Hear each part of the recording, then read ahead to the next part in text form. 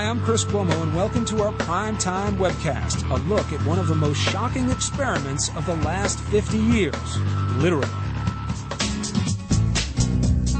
Imagine this scenario. You go to a prestigious university to participate in a learning and memory experiment. When you arrive, you discover that the teaching instrument is this machine, which seems to give electroshocks to a man on the other side of the wall. As you move up the scale, he begins to scream out in pain. The experiment requires that you continue. The experimenter pressures you to go on. Would you agree to continue? That's all.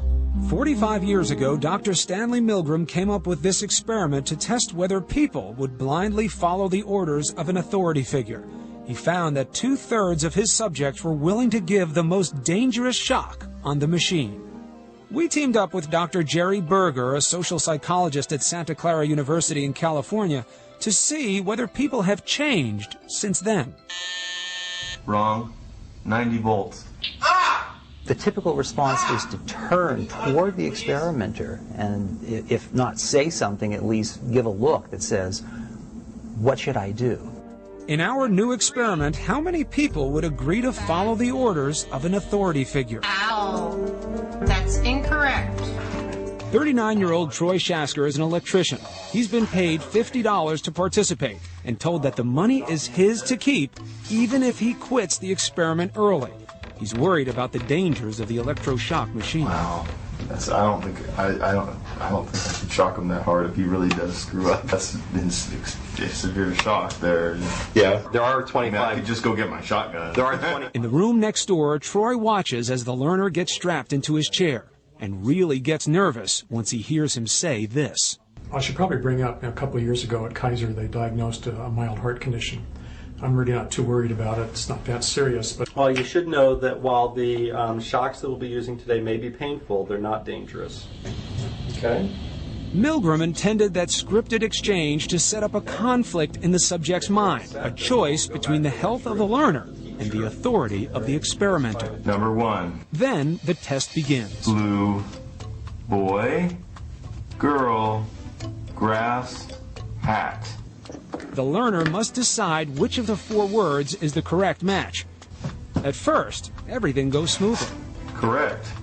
I was confident that he was doing really good at first, and then it started looking bad. Then, at 75 volts, Troy hears the first sign of trouble. Soft, rug, pillow, hair, grass.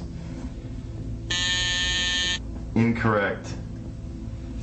75 volts. I could actually hear him next door going, ow, oh, and he kept getting things wrong. Incorrect. 90 volts. He doesn't like that. At 105 volts, he's clearly Number 10. uneasy. I got a little moist on my forehead there. I wasn't comfortable.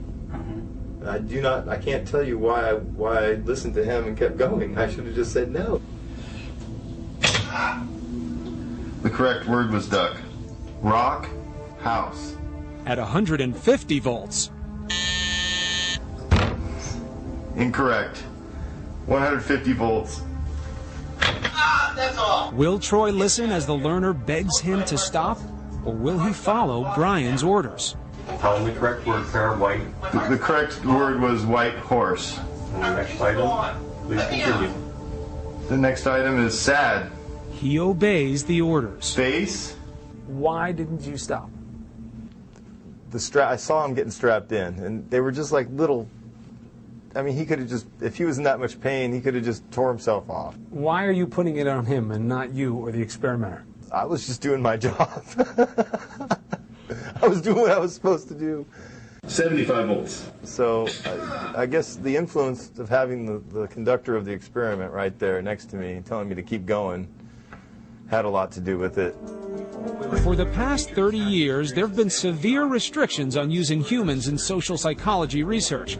To avoid putting subjects under too much stress, Dr. Berger made a significant change to our experiment. In this experiment, you stopped at 150 make-believe volts. In Milgram, they went much higher. We stopped for ethical reasons. We couldn't put people through the agony that Milgram's participants went through. I told you I had heart trouble. My heart's starting to bother me now. Are there clues that indicate whether certain people might be more compliant with authority? Wrong. 90 volts. When you were watching, how good were you at guessing, oh, this person may go or this may not? It was impossible to tell. I tried to guess. I tried to look for signs, body language, anything to try to guess who's going to continue and who's going to stop. And that tells me that it's not that there are certain kinds of people who are obviously different from the rest of us. It tells me that probably all of us are capable. Thanks for watching our Primetime webcast, and be sure to watch again next week at abcnews.com. I'm Chris Plummer.